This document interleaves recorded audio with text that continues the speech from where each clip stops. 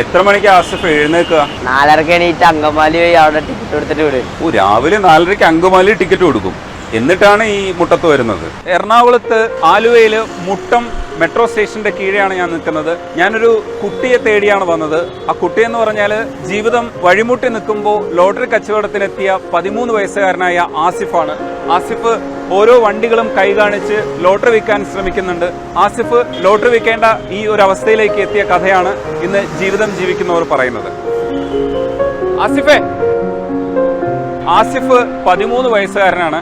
ശരിക്കും ഈ മുട്ടത്ത് ഒരു പുലർച്ചെ 6 മണിക്കെത്തും. പക്ഷേ 6 മണിക്ക് മുന്നേ എണീക്കും ആസിഫ്. 3 മണിക്കാണ് പുലർച്ചെ ആസിഫ് എണീക്കുന്നത്. വാപ്പ റോഡ് ക്രോസ് ചെയ്യുന്നപ്പോൾ ടിപ്പറാറുമല്ലിടിച്ചു. അപ്പൊ ഈ ഭാഗം തകർന്ന് കാലൊടിഞ്ഞു. അപ്പൊ പിന്നെ കിടപ്പിലായി. അപ്പൊ പിന്നെ ഒരാഴ്ച വീട്ടിൽ അരിയൊന്നും പുകഞ്ഞില്ല. ഒരു ചേട്ടൻ നീ ഇവിടെ ആടാൻ നിനക്ക് ഒരു ലോട്ടറി മണി തരാന്ന് പറഞ്ഞു. അപ്പൊ അതിലൂടെ നിന്റെ കുടുംബവും കഴിഞ്ഞു പോയിക്കോളൂ.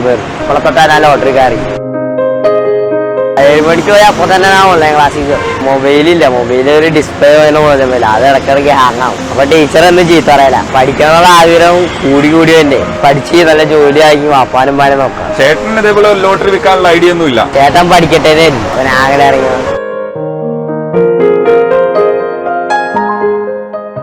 എത്ര മണിക്ക് ആസിഫ് എഴുന്നേക്കുക? 4:30. 4:30 എഴുന്നേക്കും. അപ്പൊ ഇവിടെ 6 മണിക്കല്ലേ വരേണ്ടത്. അപ്പൊ 4:30 എഴുന്നേറ്റ് എന്തിനാ?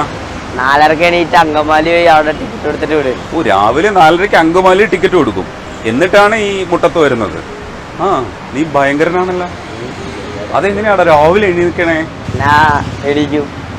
രാവിലെ എണീക്കും. അപ്പോൾ ഈ പഠിക്കുന്ന സമയത്തൊക്കെ ഇങ്ങനെ തന്നെയാണോ എണീക്കണേ?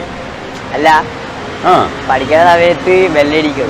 ഇപ്പൊ രാവിലെ അലാറം വെച്ചിട്ടാണോ എണീക്കണേ? അതെ, അല്ലാതെ നോർമലി ഓണൊന്നും വരുമോ?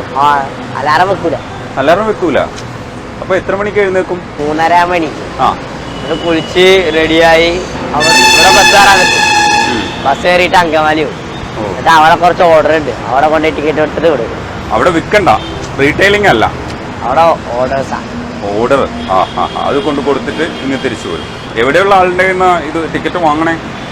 അതാ ഇതിന്റെ അപ്പുറത്തുള്ളത്. ഒരു രാജേന്ദ്രൻ. 100 രൂപയ്ക്ക് എത്ര രൂപ കമ്മീഷൻ കിട്ടും? 60 വിറ്റാ 100 രൂപ. ഏത് കാശിനുള്ള ടിക്കറ്റ് ആണെങ്കിലും 60 ടിക്കറ്റ് വിറ്റ് കഴിഞ്ഞാൽ 100 രൂപ കിട്ടും. ഈ മെട്രോ സ്റ്റേഷന്റെ കീഴിൽ എന്ന് മുതലാണ് ലോട്ടറി വിറ്റ് തുടങ്ങിയത്? ലോക്ക്ഡൌൺ ആയപ്പോ. എത്ര വയസ്സായി? 13 വയസ്സായിട്ടുള്ളൂ. എന്ന് മുതലാണ് ഇവിടെ ലോട്ടറി വിൽക്കാൻ തുടങ്ങിയത്? 2 വർഷം മുമ്പ്.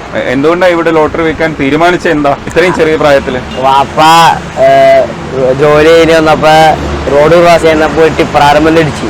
അപ്പൊ ഈ ഭാഗം തകർന്ന് കാലൊടിഞ്ഞു.